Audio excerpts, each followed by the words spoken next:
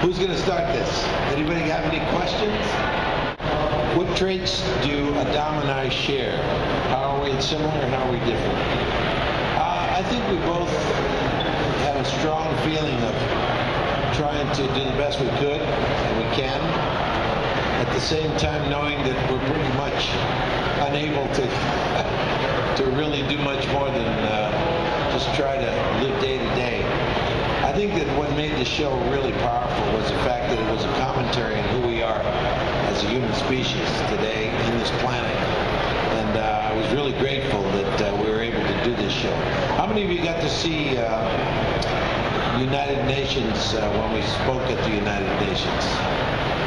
Okay, just a couple of us. If you ever wanted to see something as to what this show is really about, you should see Battlestar at the UN. Just put it into YouTube. On YouTube, it's free.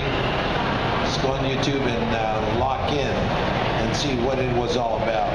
It really does explain a lot about the power of this medium and especially of this program. To me, it was probably the finest usage of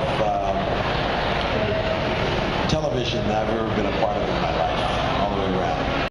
The question is, while we were making the show at the very beginning, did we try to do anything that resembled or paid homage to the original 1978 as we were doing it, or did we break away from it? And actually, it was an incredible experience of a reimagining of a program. We kept a lot of it, the fact that there were planets, many planets, 12, and that there were Cylons. But in essence, I think that what we did was we went after the character-driven understanding of the piece to the point of where it stopped being a science fiction show and it started to become a human drama. Like you say, The West Wing, or ER, or NYPD Blue, or Law and Order. Yes, they're in the courtroom. Yes, they're in a precinct. Yes, it's in an emergency room. Yes, it is in the White House. But it really had very little to do with that and more to do with the dramatic structure of the human day-to-day situation. And that's what happened with this. This thing took off. This is the best usage of television I've ever been a part of. Not to say that, other people say, well, we did our show and it was the best usage that I've ever done. And granted, I take that. But there's never been one show, and I said at the very beginning, there's never been one show that's been invited to the United Nations to speak for 3.5 hours on behalf of humanity. And the reason was because of the fact that it dealt with issues that directly affected the planet that we live on today. The most important one being reconciliation. They really spoke a long time. They showed a little clip of the fact that we had been destroyed by our own creation, which were the Cylons. We created them, robots. They came back to haunt us and destroyed humanity. And we had to reconcile with them in order to survive as a human species. Think about it. They destroyed the human species. Then we had to come to terms with forgiving them and them forgiving us for whatever reason they were coming after us. And we had to reconcile our differences in order for both of us to move forward.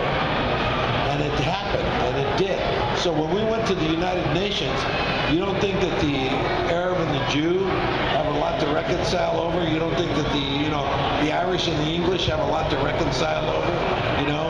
I'm not kidding you. It's something that we have to learn how to do. I mean, we have to learn how to live with each other, or we're not going to make it. And man, I got to tell you, the first time that they showed me the script where they were talking about religion, and that we had the gods, and that the Cylons had one god, I said, oh boy, here we go.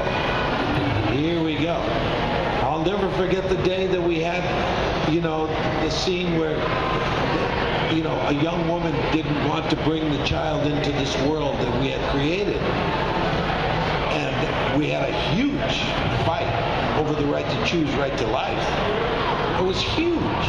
And I mean, the majority of us are pretty liberal with that. We really want women to have their own voice.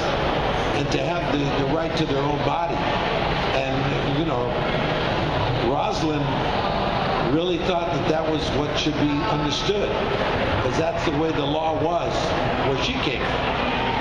And I said, excuse me, man, I don't mean to step on your laws, but as of right now, nobody is going to kill any human being under my watch. And so I want everybody to go out and have children. Everybody start making babies. Even hot dog. Even hot dog. And he did. Yeah. Congratulations. Thank you. I didn't have one. I know. How do I feel about the series finale? Man, I wanted this show to go on for another 10 years. You know? I think a lot of us did. I think the only ones who were rushing to the end were the writers going, we're running out of ideas. We gotta roll it up. I want to have an ending. Ron wanted to end it. He wanted to go for it, and I thought that he did a good job, because we couldn't tie all the whole process into a big bow, but I thought that everybody was floored with the fact that we ended up finding this Earth 200,000 years ago. I hope that there's nobody in here that hasn't seen the program. That was a big spoiler. I know we're spoiling the whole 9 yards. But at the same time, I think that, again, it was a very difficult show to wrap up. I don't care what you did. And by the way, how many of you saw the whole show all the way to the end? Okay? Okay. For those of you that didn't, here's another spoiler, so you might want to go, okay? But in essence, this is the truth. At the very end of this whole series, the year is 2008. It's Baltar and Six walking down Times Square, and Six says to Baltar, this has happened before, it's going to happen again. And Baltar says, I don't know, I think maybe humanity has learned this time. And then they turn and they walk away, and it goes to black. When it happens, 2008, and it turns to black, put in Blade Runner. Boom! And then you visit 2019, and you see what happens. The Cylons are now replicants. And the world has become even more intense than it was before we had ever seen it before. So there you go. What Ron Moore did at the very end was something that was really very, very optimistic, very, very powerful. And what he said was this. He just said it. At the end, human beings are willing to give up technology, are willing to give up a lot of different things to save and move forward in a different way. So they destroyed all of everything. I mean, I destroyed the Raptor, I destroyed everything. And everybody was willing to go back to square one in hopes that we could create a civilization that wouldn't produce what we're producing today. And that was a big statement that he said, and very few people really tapped on it. They were so, people who enjoyed the ending were so in love with it, they cried, and everybody went nuts. Those that didn't like the ending just dismissed the whole situation. So nobody really brought that out. You're the first person I've talked to about it. How do you like that? And the show's been on for 5 years since we finished it. And but I got to tell you, I thought that what Ron Moore did was masterful. And I think that in the long run, it could be pronounced as the best work he ever created in his lifetime. It's the best work I've ever done on television, bar none. And I could only hope to ever see something that even gets close, whether I'm in it or not. I hope that we will use television in that manner. It's entertaining. Hey, can you imagine? This was sci-fi, man. It blew the rock off of sci-fi. I mean, this really changed the course, because there was a lot of dramatic artists that, never had done. I was asked to do a few shows in sci-fi. I've only done 2, Blade Runner and this. That's been it. And I've been asked to do others, but I just couldn't get inside of it psychologically. This one completely drove me to the wall. I mean, I've never been able to give thank you, enough to Ron Moore for his creation in all levels. So I appreciate the question, big time. Yes, back there, yes. Colonel Ty was destroyed me. I mean, take a look at the program again. I mean, I couldn't take it. I completely got crushed. You got to remember, I mean, they wrote it, but they had no idea. I had creative control of my character, so I tell you flat out, they weren't ready for where I took it. I became an alcoholic.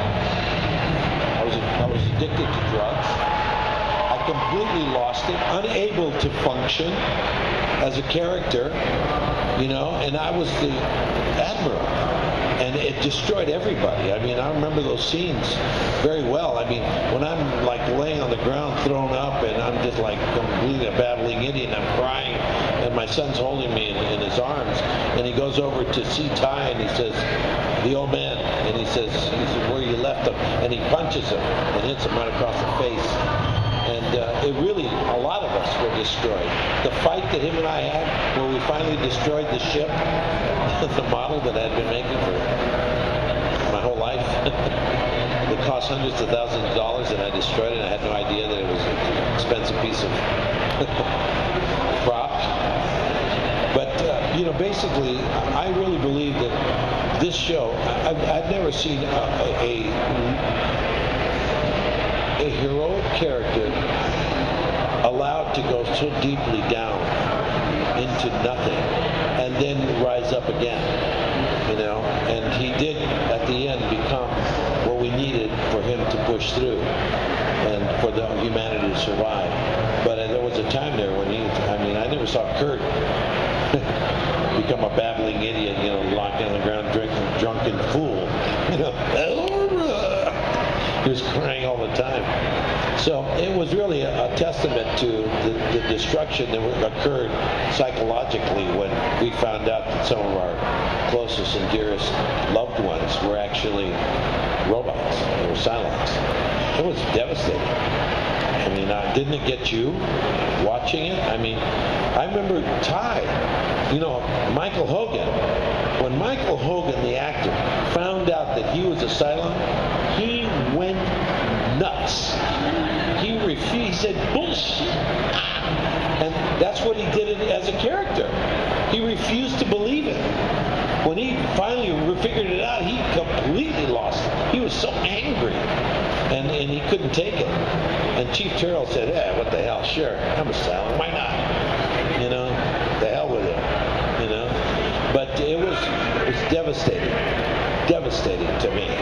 It drove me to the point of complete, I was rendered useless and wasted on the ground. A complete babbling idiot.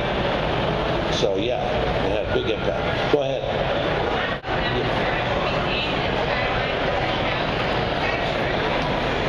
Did I created that?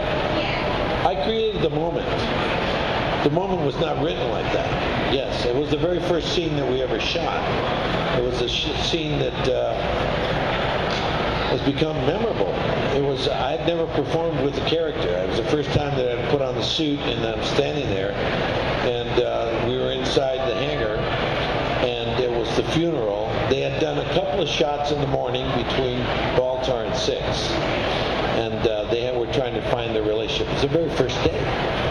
And I'm standing there, it was right after lunch, and we're standing there, and the whole team was together, first time ever.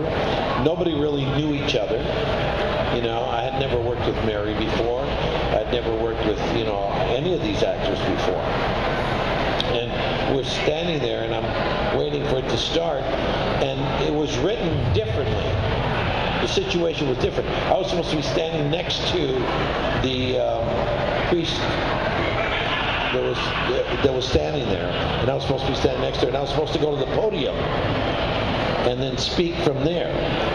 And I said to the director, Michael Reimer, I said, can we try something? He says, yeah, let's do it. I said, okay. I don't think I would be standing up there. I think that I'd be with everybody.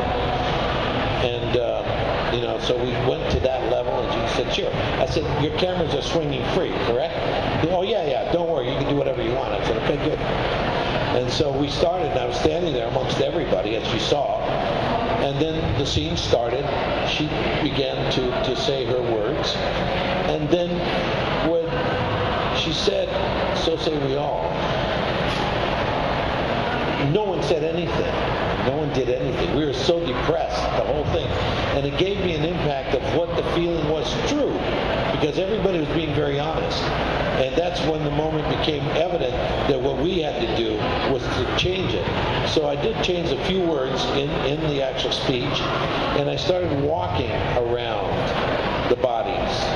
And then I started walking toward back to the front of everyone. And that's when we said the infamous "So say we all," and it became exactly what you're feeling right now, which is "So say we all." So say we all. So say we all. So say we all. So say we all. You almost got it. The one guy that's in the ground.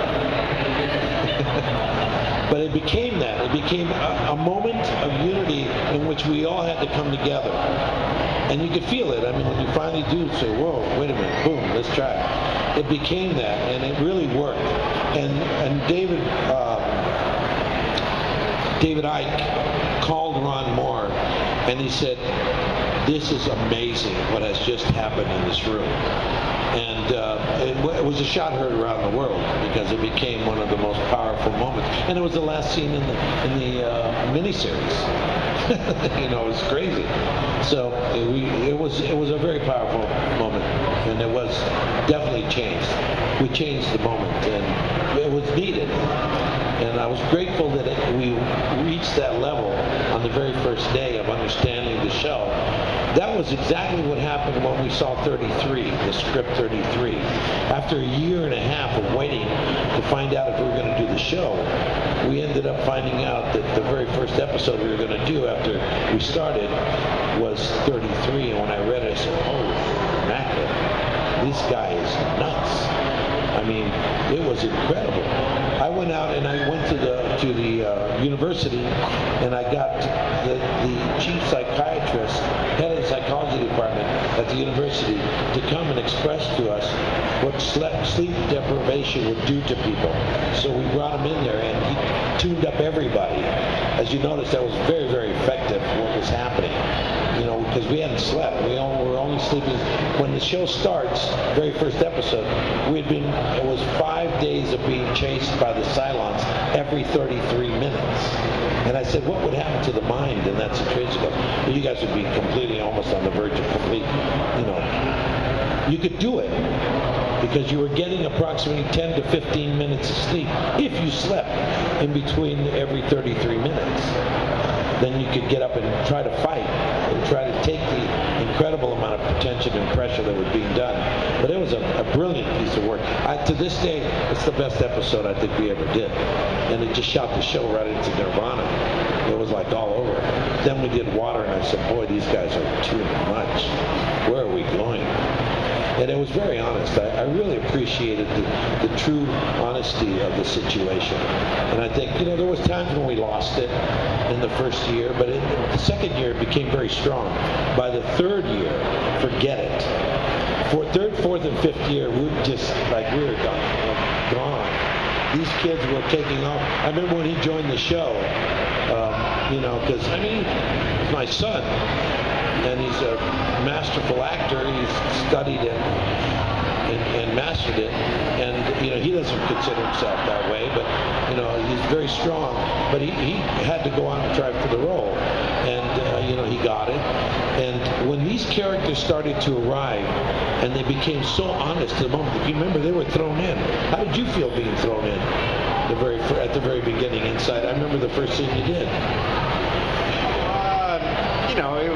It was very intimidating. All these guys have been working together for the past year, and coming onto the show, even though it's my dad, you're still a little, intimidated. And but you train and you study and you prepare as best you can, and I thought we all did a great job. We were all kind of supportive of each other coming onto the show. So, what were the characters that arise that with you came about? Kat and I forget the other kid who what's his name, who passed away early on, Asian kid. But yeah, there's a few of us, and most of us made it. No, only you. He's the only one that made it at the end. Well, yeah, to the end. The only fighter pilot. Everybody else had lost their lives. Yes.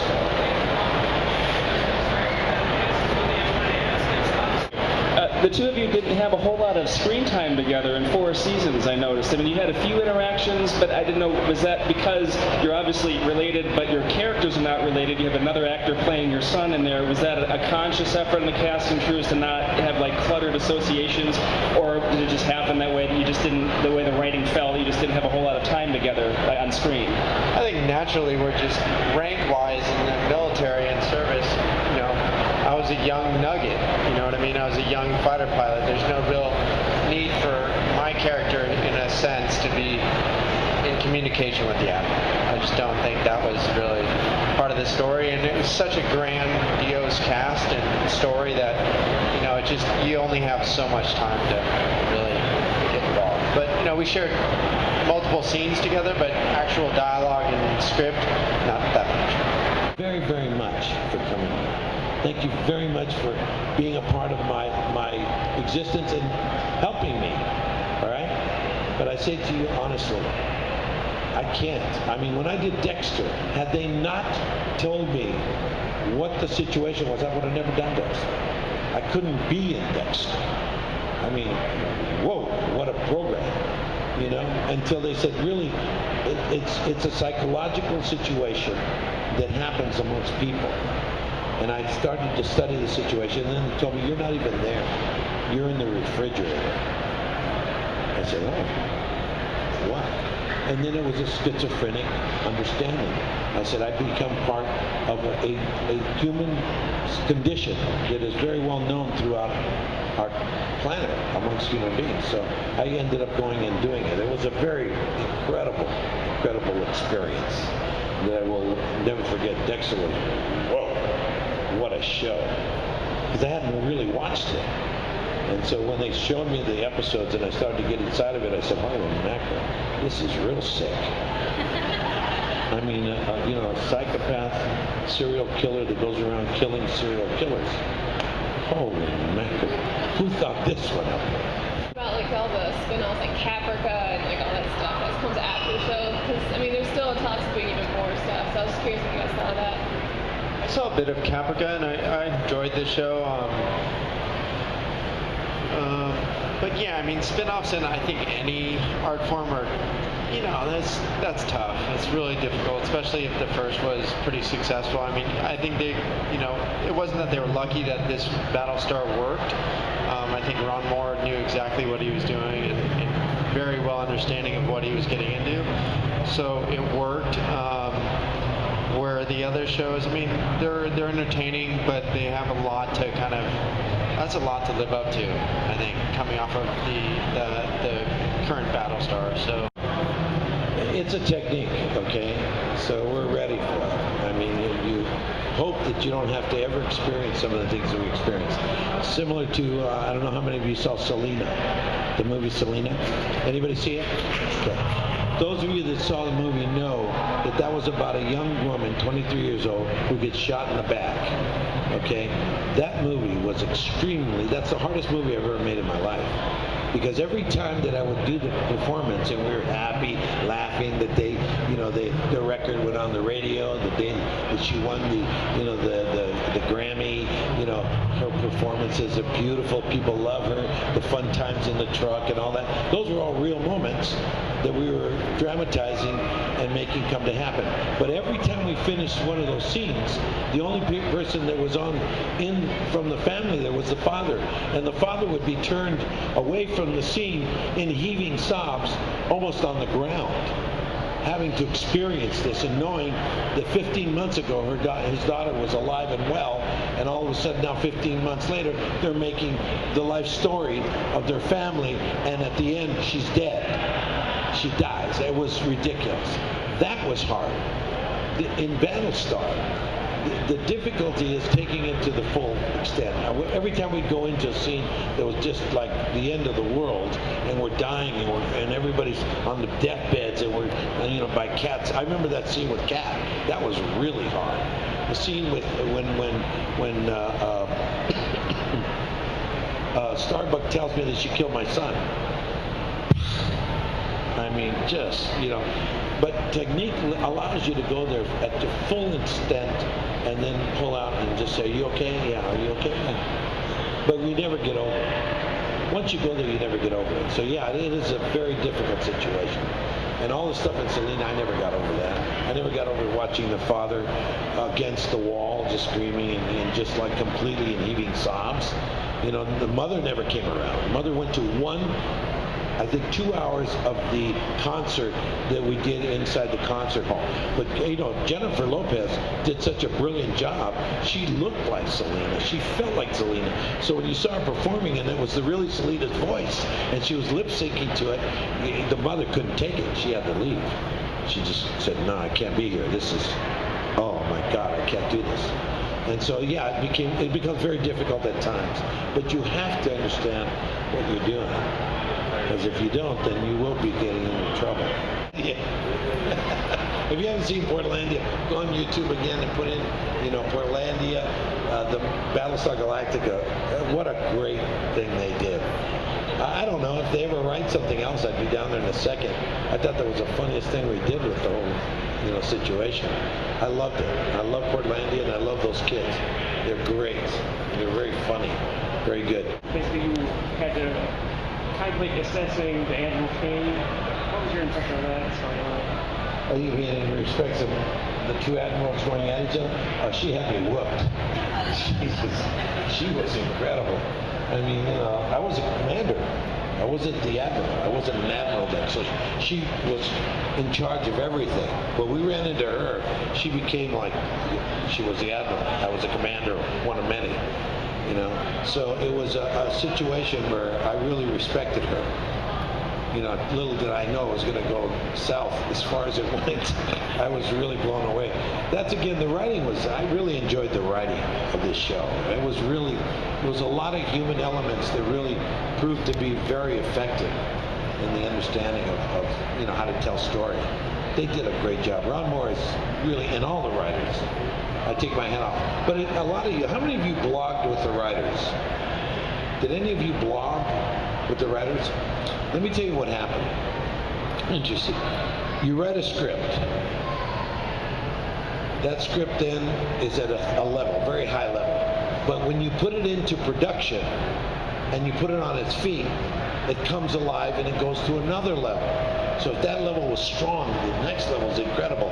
Then you get to the next level, which is you take it to post. And in post, they put the music, they put all of the special effects, they edit it so that everything psychologically is perfect. And then all of a sudden, man, that takes it to a higher level. And that's usually where shows used to go in old days, okay? Until 2003. When all of a sudden we had computer systems and we were connected as a planet, and all of a sudden people would, the minute the show came out, anywhere on the planet, those people would immediately start to talk about it online. And then all of a sudden, the writers started to blog. So all of a sudden the show went from the level it came out to a higher level of awareness and understanding by people who were blogging with the writers. Hey man, what I felt was, that this meant this and that this meant that, and then the writers would go, that's exactly what I meant. Yes, I agree with you. You are so smart. You got it. You really got it. And therefore, the show went to another level. So the writers started from that level to continue to write. And all of a sudden, so the people were augmenting the show as well as in a level that we had never been able to get to before. That's why the show went through the roof. The writers were not afraid to interlace themselves with the community that was watching it, and they would get ideas. So, whoa, thank you very much. Yes, that's exactly where we were going. Oh, you're just right on. Yes. So that really, technology really advanced the art form also. So it's been an incredible journey all the way around. Question? Yes, sir. Going back to the Cylon reveal that happened in almost the last season there, how closely guarded a secret was that, and how far in advance did the actors, or for that matter the rest of the cast, know ahead of time? We found out the same way you did when we got the script. When people were going to die, they really didn't know until the script was finished, and then just before they handed it out at the table read, they would calmly go over to the person and go, "Can I speak to you for a second?" "Yeah." And they'd walk away with them, and then they'd come back with tears in their eyes, and they'd come back very sad, and we go, "Oh, shit." And we'd start to read, and sure enough, man, we'd all be crying. Because not only were we losing a person from the story, but we were losing, one of our actors. That was it. The person, that was it. Kat, when she died, it was very, very sad. When Ellen died, no one knew that she was the fifth Cylon. So at that time, when she went down, we just said, "Gosh, Ellen, we always thought that you were, we thought you were a Cylon." A lot of us thought that she was a Cylon just by the way she was at the very beginning. But then soon it became, no, she wasn't. And then when Ty had to put her to sleep and kill her, it was amazingly difficult to take. And you saw the scene. It was brilliantly acted by both, Kate Vernon and Michael Hogan. It was a brilliant piece of work. And, so yeah, we were very, very non-aware. We found out the way you guys did when it was written. All of a sudden we all got, "Congratulations, you're dead." Oh, man. And everybody would, got very sad. When we'd read the table reads, we were very, very strong. Because emotionally, you were finding out what the story was about. So it was incredible. Question? Yes? Well, you talked a little bit earlier about Adama's spiral, but were there any choices that either of your characters made that you read the script and you were like, oh no, how could you do that? Yeah, mine would probably be the pregnancy, and my relationship, it was pretty shocking. I was not ready for it. I didn't see it coming at all. I never flirted with Callie ever. You never saw us flirting together. It was like, huh? And that was kind of awkward to me. I would have liked to have known, maybe. You know what I mean? Just personally as an actor, and then all of a sudden I had a kid, and I guess that happens in real life too, doesn't it? I may have a kid somewhere that I don't really know. And so it was passed on to me, and I just had to make a choice that was my reality. And how was I going to deal with that now? And I was talking earlier and explaining kind of my most memorable time on set, and that was probably my last day on set, which was when I was leaving the ship with my now child, and the mother is now gone, and I was apparently in love with her, and then I was saying goodbye to the Admiral, and then I was saying goodbye to this cast as well, and that was really, really sad day, in so many levels, on so many levels. And that's kind of the beautiful thing about this art is you can kind of utilize what's going on in life in the scene and incorporate that and just use that to propel the scene a little bit further.